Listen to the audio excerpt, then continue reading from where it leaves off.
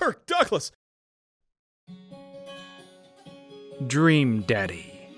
If you've ever wanted to romance some sweet fatherly figures, this is the game for you. You play the role of a father who just moved into the neighborhood of Maple Bay with your daughter Amanda. Maple Bay is a seaside town, and you find yourself smack dab in the middle of a father-filled cul-de-sac. With your customized dad Sona, you hit the ground running doing all the dad things you can think of with the other dads. And romance blossoms. There's so many different routes you can take in this game, and there's tons of replay value for figuring out the story behind it all. The dialogue exchanges are very witty, and you'll find yourself laughing on many occasions. It's a nice slice of daddy life. You build relationships with the fathers you enjoy the most, and life goes on. Maple Bay seems like quite the happy place, but all is not as it seems. You see, there is one family in particular that doesn't quite fit in with the rest, and it's not due to anything that's very noticeable during the game. It's what's not accessible in the game that shapes everything we experience in a more sinister light. One dad to manipulate them all. Norm MacDonald! If you've been dreaming up daddies in the past few weeks or so, since the game's launch, you've probably heard people talking about what they've uncovered within the game's files. By now, we should all really be accustomed to this sort of thing. Secrets, whether intentional or not, are hidden in the game's files, inaccessible in normal playthroughs. If Five Nights at Freddy's, Undertale, or Night in the Woods, or really any other indie game has taught us anything, it is to look beyond the game itself. And Dream Daddy is certainly no different. Diving into the game files, we find something that changes the entire outlook of this dad-filled town. And it all starts with our good friend, or should I say foe, Joseph. Joseph is a youth minister who has a passion for bake sales, busting out moves on the dance floor, and spending time relaxing on the open sea. His story seems very normal, but it's actually not. You see, within the game files is an alternate ending to Joseph's storyline, and it is the opposite of everything he stands for. The ending itself is inaccessible and not fully coded, or at least it is believed to be at this time. A group of dedicated daddies bonded together though on Discord to recreate the ending using all the assets from the game, from the dialogue to the new character art to even the music. A big shout out to all of them for all their efforts in helping us visualize what was exactly taking place here, in this deep, dark dungeon. This is going to be a bit of a wild ride, but please stick with me to the end of the video. There's so much to cover in this video, and I'm sure it will get your gears going.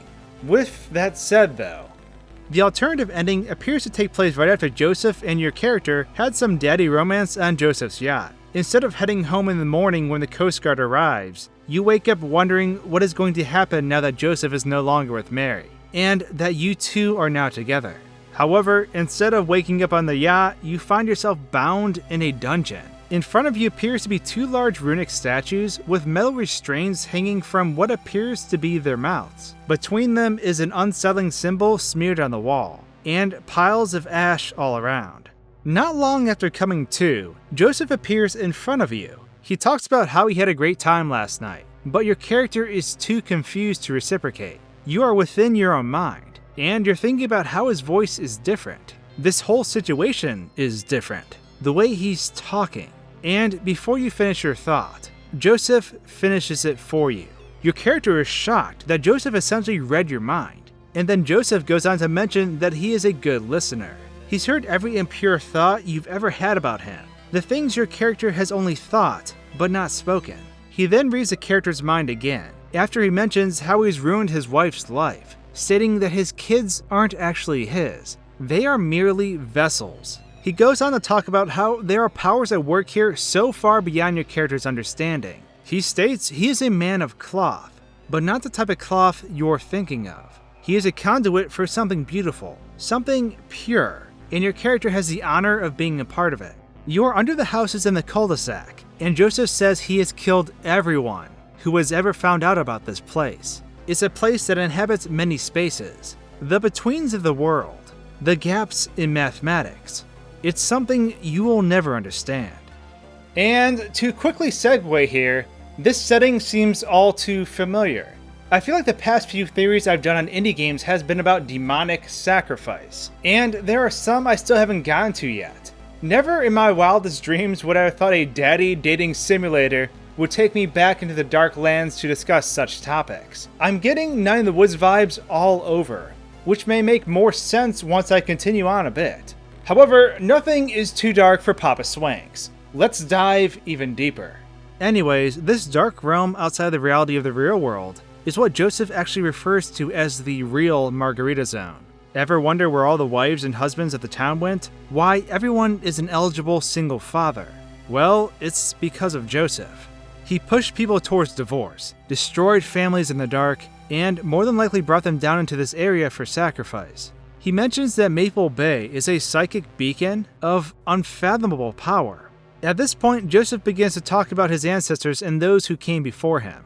They all carried out similar roles, and they all did this so that something that has been waiting for 100 million years can return. He mentions that Jonah was his ancient ancestor, which is interesting because Jonah is a character from the Bible who was swallowed by a giant whale sent by God. During your time on the boat, you both talk about whales for a while, and how your character is terrified of them. Jonah was originally thrown overboard amidst a storm by crew members who were fearful. They thought he brought about the storm, and they did so to appease the higher power. And that is when the whale swallowed him and eventually took him to land to be set free. Joseph's plan appears to be to continually seduce each and every dad in the immediate area, to collect hundreds of thousands of dark souls. It is worth noting that online recreations of this scene have changed the text, as the line that Joseph says directly in the code is, "And I will harvest the sorrow of each dad whose life I destroy, until the shame and stink of their failures has returned our eternal king to life, the fuel of 100,000 ranked darknesses of the soul." Obviously, that is a ton of people, but perhaps Joseph is talking about this in regards to the legacy of his ancestors. The entirety of his family's timeline, repeating the same process generation after generation. One of the last things he mentions is how he must now go take care of Robert, who is another dateable dad in the game. He says it's about time that miserable drunk gets one more visit from the Dover Ghost.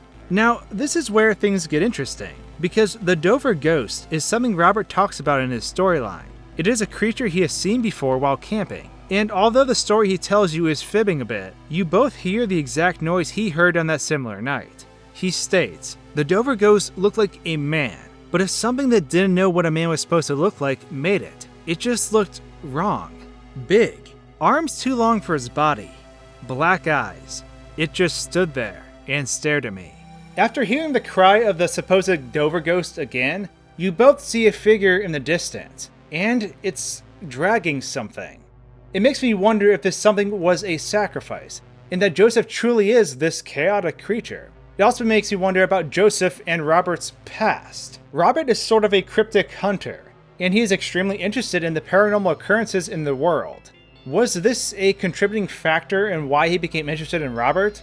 Robert, who was someone who sought out the strangeness of the world. It does make you wonder. Now, this is where things get interesting because there's a ton of things that unfold following what we've already experienced, which is already tons to take in. All along, you've been living a dream, Daddy. Now it's time to wake up.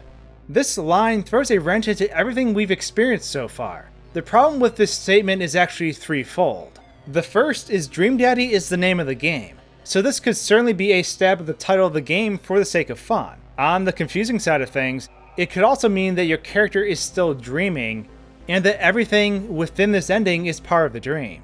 And the last option out of the threefold is that everything about your world is fake to some degree.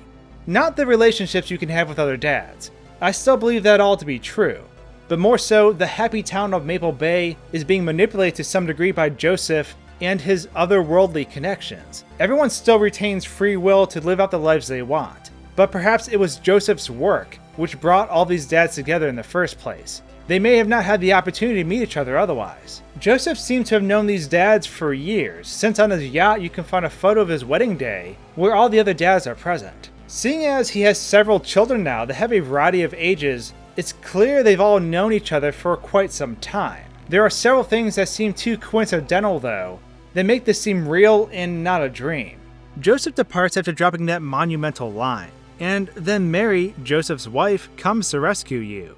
She hints that Joseph used to live in your house before you did, and she doesn't want to see all this happen again.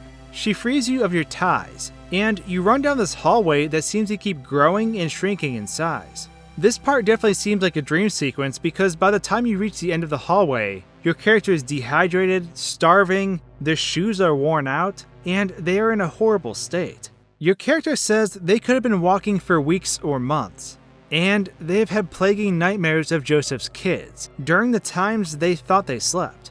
During this trek, you see the glimpse of a dad you haven't seen before, but he soon fades away. You open a door, and the next thing you know, you are within a house. Your daughter comes up to you and tells you she's going to make you breakfast, but you quickly learn that this world is fake.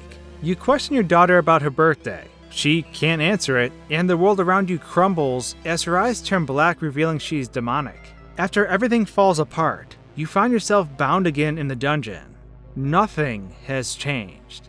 Joseph stands before you, and as always, reads your thoughts before you have time to say them. You lunge out with Robert's knife that you got on his second date, and Joseph knocks it from your hands before almost choking you to death. Mary then grabs the knife and stabs Joseph through the chest. He doesn't seem to be fazed much as he talks normally. Suddenly, all the children enter the room with black, soulless eyes. They claim they are hungry and beg their father to feed them. They corner Joseph as you and Mary escape somehow.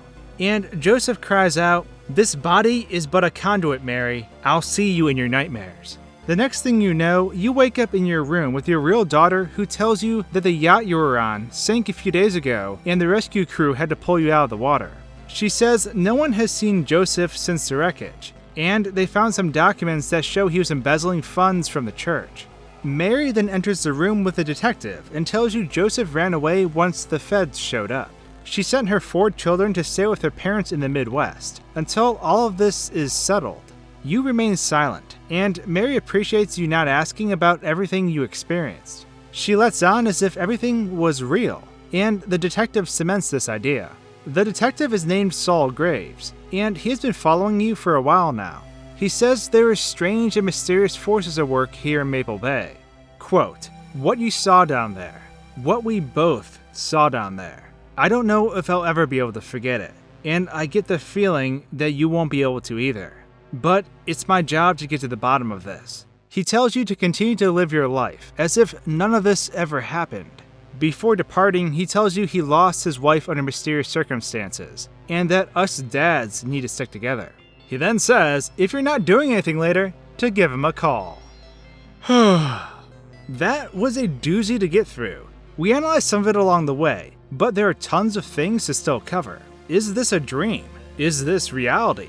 What's up with Robert having the cult tattoo on his left hand? Well, you're actually gonna have to wait till next week to find out. I know, we all hate waiting. This video ended up being way longer than I thought it would be, but I didn't want to leave anything out. So unfortunately, I'm going to have to pull a 2-parter on all of you so this doesn't evolve into a feature-length film. In the meantime, be sure to hit that subscribe button so you don't miss the second part. I've been combing through Daddy timelines all week, and I'm eager to share what I've found. But now that I dumped that on all of you, I'd of course love to hear your thoughts. Do you think the dark events in Dream Daddy are simply a nightmare, or are they rooted in reality? How do you think Saul, the detective, plays into the story, assuming all of this is canon? And last, who is your favorite daddy? Brownie points if you say Papa Swanks. Let me know your thoughts in the comments below, and I'll see all of you next week in the conclusion of this dad-tastic mystery. And with that, thanks for tuning in to this deranged Dream Daddy dissection. If you'd like to join me on my YouTube voyage and continue to ship your favorite fatherly figures, then the subscribe button is just what you're looking for. Thanks for watching, guys and gals, and until my next video, cheers. If you like this video, perhaps you'll enjoy some of my others. At this point, I feel like I've become a paranormal investigator. There's a slew of other theories on this channel too, so regardless, I hope you enjoy.